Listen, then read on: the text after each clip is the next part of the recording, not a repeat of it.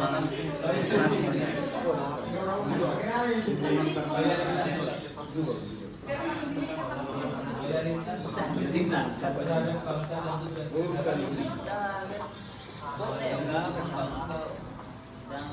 maksudnya faktor-faktor tentang banjir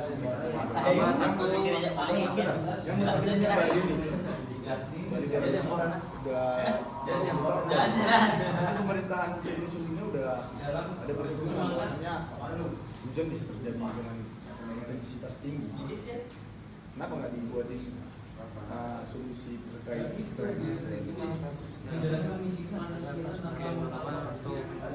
faktor-faktornya sih pasti kan hujan ya.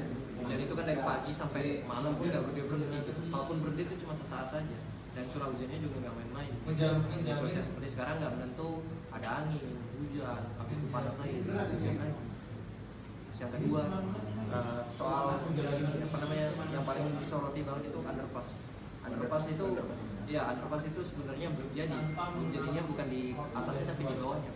Kayak saluran-saluran air-air itu pembuangan itu masih belum tahu sampai sekarang. Udah sampai prosesnya seberapa, progresnya seberapa itu masih belum tahu sampai sekarang. Itu nggak ada transparansinya, maksudnya di berita itu nggak ada. Yang kita tahu warga Bali itu cuma sedang perbaikan yang ada di dalam itu kita nggak tahu itu masih dikerjakan atau ditunda atau bahkan udah selesai, sebenarnya kita nggak tahu. Tapi mengingat fakta yang kemarin terjadi soal banjir ini, itu sepertinya masih belum, bahkan nggak dikerjakan sama sekali mungkin gitu. Mengingat kan banjirnya tinggi sekali, banyak sekali korban hipotermia, ada yang meninggal lah, ada yang hilang hanyut segala macam, dan ada beberapa kendaraan yang stuck sampai sampah-sampah yang menumpuk, dan sudah dipastikan bahwa sampah-sampah itu dari entah itu dari warga lokal dan warga asing yang semakin banyak berdatangan.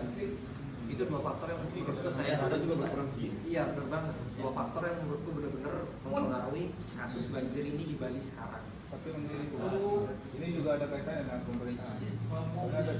Kalau kita lihat dari pembangunan di Bali itu, terutama di Bali karena itu kan terlalu masif ya. Jadi strategi untuk daya serap tanah itu udah mungkin ya kita jelas tahu kalau semua beton nggak ada daya serap tanah pun berkurang. Iya. Kalau aku tuh setuju dengan pendapat kalian seperti apa. Banjir yang ada juga mungkin salah satu faktor karena kurangnya faktor penyerapan tanah. Kalau kita lihat bahwa di Bali ini udah sangat padat, meskipun warga lokal maupun warga asing juga. Yang dimana yang kita tahu banjir terjadi karena mungkinnya adanya penyumbatan sampah. Jadi di sini mungkin faktor utama itu karena penyumbatan sampah. Dan gimana cara kerja pemerintah agar penyumbatan itu tidak terjadi, gimana caranya. Terus kita tahu bahwa sekarang pembuangan sampah juga cuma satu tempat, itu pun udah banyak. Jadi sekarang faktornya banyak berarti. Faktornya banyak. Tapi kalau dari segi pemerintah, kita nggak tahu pemerintahan di Bali ini sebenarnya gimana progresnya gimana. Kita nggak tahunya ya terjadi hujan udah. Dan harapan kedepannya mungkin bisa dibuat lebih banyak pembuangan sampah, di mana bisa mengelola sampah itu dengan baik, dan juga pengelolaan sampah nggak hanya satu aja. Yang kita tahu seperti sisi kami juga. Jadi menurutmu lah, hubungan ini banjir ini dengan beberapa masyarakat dan pengelola yang bergabung dari saat ini tentang kolaborasinya. Gimana akhlak yang berakhlak itu? Seperti gimana sih cara penerapannya? Ini jalan gitu. Seperti ya dengan kerjasama. Ini kan masyarakat kan butuh bantuan. Kan nggak mungkin jalan satu instansi atau gimana. Ini kan kolaborasi masyarakat, bukan cuma masyarakat atau kita Polri segala macam instansi terkait juga kan perlu. Dan BNPB kan mendarat ya. Karena di sini kan banjirnya kan udah lumayan besar. Dan ini pertama kali di Bali. Mungkin masyarakat belum, kalau bahasanya standby gitu, bahwasanya ini akan terjadi. Pasti buat faktor makanan juga kan. Gimana sih kita menerapkan ini? Yang menerapkan tentang akhlaknya untuk masyarakat. Gimana tanggapannya? apa keterkaitan dengan kerjasama dengan berbagai instansi. Nah mungkin pendapatnya itu karena ini kejadian yang lumayan, bencana yang lumayan besar gitu lah ya, karena ada di beberapa titik di Bali gitu. Jadi nggak mungkin lah kalau misalnya kita dimintai bantuan untuk evakuasi Bali, itu kan nggak mungkin ya, apalagi dengan keterbatasan personil kita gitu di kantor. Nah, jadi mungkin perlu adanya bantuan dari instansi lain seperti TNI Polri atau BPBD lah, kayak biasanya yang kemarin kita lihat itu, yang saya lihat terutama apalagi polisi bantu ngatur jalan, sebaiknya ini nggak usah dilewatin, ini nggak usah dilewatin gitu. Jadi menurut kalian instansi kita ini udah termasuk yang menerapkan berakhlak yang dari segi kompeten juga sih? Ya maksudnya dengan kemampuan kita yang ada, dengan logistik kita yang ada, dengan prasarana yang ada. Gimana menurut kalian? Kalau menurutku pribadi kita sudah mungkin belum mencapai sempurna, sudah 50%, bahkan 75%. Kenapa kita bilang saya? Nah, kenapa Bu? Yang pertama, kita setiap hari berlatih dan meningkatkan kemampuan. Bahkan ada terjadwal mingguan, harian, mingguan, bulanan, bahkan sampai tahunan itu, atau ada rencana gabungan pelatihan dengan instansi lain seperti TNI itu ada relawan segala macam. Kita mengadakan pelatihan tentunya dengan variasi yang lebih baik lagi ke depannya, dengan didukung juga alutsista yang mumpuni, fasilitas yang mumpuni ya. Walaupun sekarang efisiensi, tapi kita sebagai rescuer Basarnas dan terutama yang menjabat sebagai rescuer ya, itu masih bisa memanfaatkannya dengan baik.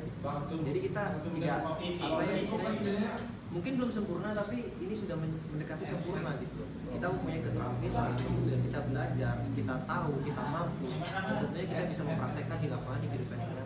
Gitu. Ini kan ada 7 poin nih tentang berakhlak. Kalian ini udah jalan nggak semua? Atau ada hal yang belum berjalan sesuai dengan tupoksi yang ada di sini? Menurut kalian tanggapan kita sharing? Ya, contohnya yang pertama kan Bang, tentang berorientasi pelayanan. Kita sudah memberikan pelayanan dari Basarnas tentang pencarian dan pertolongan. Apalagi kita tahu bahwa kondisi banjir sekarang, hanya di mana kita kekurangan untuk alut dan juga sumber daya manusianya. Karena di mana banjir itu bukan hanya di satu titik saja, tapi beberapa titik dan juga memakan banyak korban. Ya. Jadi di situ di mana kita harus berfokus dulu pada tempat banjir yang mungkin memiliki intensitas air yang cukup besar dan juga terkena ke banyak korban. Jadi nggak bisa kita sekali jalan semua tempat harus kita cakupi, kecuali memang kita mempunyai banyak alur dan juga banyak sumber daya manusia. Jadi di situ kita butuh kerjasama antara beberapa instansi untuk potensi SAR dari Tentara Nasional Republik Indonesia, Polri, BPBD, BNPB, dan juga beberapa instansi lain. Di situ bekerja sama di mana kita sebagai Basarnas yang mempunyai kolaborasi lah jadi tim penyelamat. Iya, kita yang utama lah bisa dibilang, kita harus berfokus pada tempat yang betul-betul intensitas yang membutuhkan, dan beberapa tempat lain kita mempercayai potensi kita untuk melakukan pencarian dan pertolongan juga.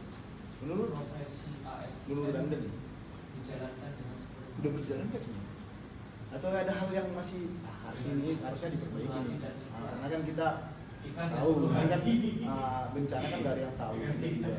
Mungkin kita persiapan kurang ya, maksudnya dalam arti kurang reskuer tiba-tiba on-call. Kalau menurut gue Bang, kenapa juga penanganannya ya bisa bilang terlalu optimal ya? Karena bertepatan juga di Bali ini kan lagi ada hari raya. Oh, ada hari raya? Iya Bang, makanya kan banyak reskuer yang on-call seperti itu. Jadi mereka tuh langsung ke lapangan tanpa ikut persiapan dulu gitu. Jadi dari segi berakhlak ini ada yang kurang ya. Dan juga bisa masuk berkolaborasi sebenarnya, berkolaborasi antara kita sesama rescuer mungkin atau orang yang bekerja di Basarnas di kantor ini. Karena kalau memang ada upacara keagamaan, kita yang mungkin beragama lain di luar dari kita yang menyindu bisa membantu juga mengambil bagian begitu. Jadi bukan hanya orang-orang tertentu saja yang mungkin yang lagi piket yang turun, tapi kita pun harus segera menunjukkan sikap loyal kita terhadap Basarnas. Nah, kamu kan terdampak. Menurutmu kepercayaan masyarakat terhadap instansi kita terkait berakhlak? Bukan hanya Masyarakat senang nggak kita datang atau gimana? Masyarakat menanggapi kita instansi yang main-main atau gimana? semboyan Terkait berakhlaknya, masyarakat udah bermain juga tentang Basarnas ini udah menerima nggak? koma melainkan Mungkin yang saya tahu itu yang ke dijalankan nilai Yang kurang ya? secara yang konkret. kurang ya. Yang kurang dari 7 nilai yang ada berakhlak. Tapi itu nggak sih ke berorientasi ya? Orientasi menurut Mas kurang ya? Masih kurang ya? Khususnya Harus diperbaiki. Kalau menurutku juga bang, sebenarnya dari kejadian ini kita juga dituduh ugal data sih ya. Karena ya kejadian banjir di Bali itu kan sangat jarang bang. Iya. Makanya dari segi pelaku itu kan kita jarang dapat ini. Karena masyarakat juga, contoh nih kalau di Jakarta, rumah udah ada yang buat bertingkat atau mungkin udah standby lah buat penjaga air masuk ke rumah. Di sini kan belum ada. Otomatis air datang ya datang, hilang. Banyak lah masyarakat yang hilang. Bila tadi kita melihat masyarakat juga tinggi bang, karena dari segi kesadaran masyarakat masih sangat kurang, terutama mengenai sampah. Masyarakat masih banyak yang kurang aware dengan sampah, buang sampah sembarangan. Sebenarnya yang faktor utama yang harus kita bangun ini itu tentang kolaborasi, karena masyarakat juga menjaga lingkungan, membuat sampah, dan juga beberapa instansi lain mengambil bagian di mana cara mengatasi banjir itu, gimana cara membuang sampah agar tidak terjadi banjir juga. Berarti masyarakat ini masih perlu penyuluhan dari pemerintah daerah terkait dampak buang sampah sembarangan. Ya, perlu. Karena juga kebanyakan orang ketika mereka diberikan fakta atau fakta yang sesungguhnya di lapangan mereka tidak percaya. Autentiknya nggak percaya. Nggak percaya, dan susah sekali untuk percaya gitu. Sedangkan kita sebagai orang di lapangan atau orang yang benar-benar paham akan situasi di lapangan sebenarnya berusaha memberitahu mereka yang awam ini itu menjadi susah. Itu ada sebuah kendala juga, dan masuk isu kita juga sebagai ASN. Tapi yang menurut apa yang ditekankan adalah untuk masyarakat ini itu bahwasanya hal yang sangat simpel, hal yang mudah, hal yang kecil kita lakukan itu bisa berdampak besar, contohnya banjir ini sampai menimbulkan korban jiwa. Dan menurut saya pribadi semua orang itu berharga, mereka semua punya nilai masing-masing, ya. Tidak ada orang yang cocok untuk menjadi korban segala macam, dan hal yang terjadi sekarang atau fakta sekarang ya ujung-ujungnya juga ya salah kita juga gitu, masalah bersama. Tapi sekarang bukan fokus pada kesalahan kita, tapi fokus pada permasalahan yang harus intinya ya, maksudnya solusinya yang perlu kita lakukan pada masalah ini untuk banjir ini. Jadi aku nanya nih sama orang yang terdampak soal harmonis dalam menjalankan tugas ini. Rekan-rekan saudara kita yang di lapangan ini sudah harmonis nggak dalam menjalankan tugasnya? Harmonis ini berarti sikap, bukan sembrono. Kemarin kamu menurutmu lah yang tim besar yang ada di lapangan dengan menjalankan harmonis nggak masyarakat ditolong dengan senyum ramah? Udah sih. Kemarin itu yang apalagi dokumentasi yang kita lihat di YouTube itu kan, itu Basarnas sudah nolong warga tuh tanpa diskriminasi lah, nggak melihat dari mana asalnya. Apalagi kemarin kita juga ada evakuasi korban banjir dari warga asing juga lah. Nah itu udah termasuk harmonis juga sih, kita nggak membedakan oh dia tuh warga sini bukan warga sini, ngapain kita tolong, tapi kita tuh tetap membantu lah, nggak dengan jiwa kemanusiaannya. Nah, yang mengutamakan jiwa kemanusiaan lah tanpa melihat status atau ya gitu. Selain itu bang, oh masih ada? Masih ada bang. Kalau Nggak bisa itu sudah termasuk goyang gitu. Soalnya kan banyak anggota yang OC yang bahkan libur sampai ikut bela-bela loyalnya karena dia mau karena manusia kan di lapangan. Iya. Dan ada juga satu permasalahan antara kita dan masyarakat. Dimana masyarakat hanya tahu bahwa masalah harus cepat tanggap untuk mengatasi sebuah masalah. Padahal dia nggak tahu kita harus mempersiapkan apa aja. Kayak kita butuh waktu juga untuk persiapan alur, berbarang, iya, segala macam. terus yang kedua mungkin perjalanan menuju ke lokasi nggak secepat itu. Kita tiba-tiba udah datang ke sana. Kita udah berusaha sangat cepat dengan SOP yang ada.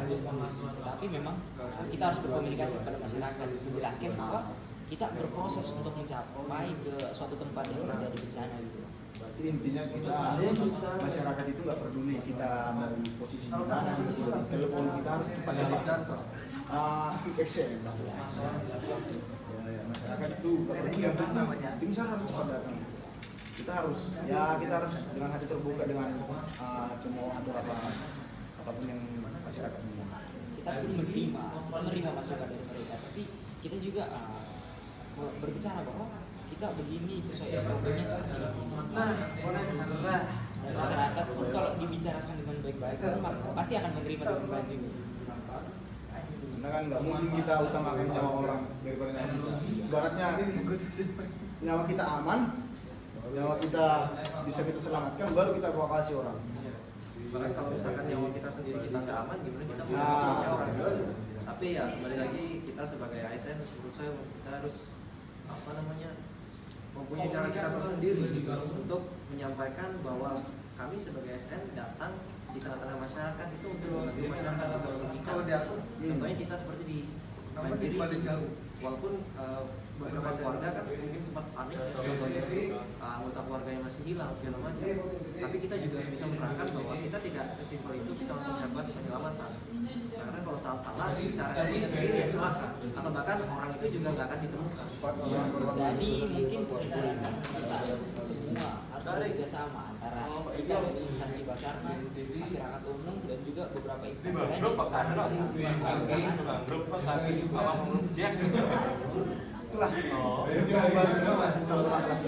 Terjadi terkait bencana meluapnya sungai banjir di Bali. Mungkin kedepannya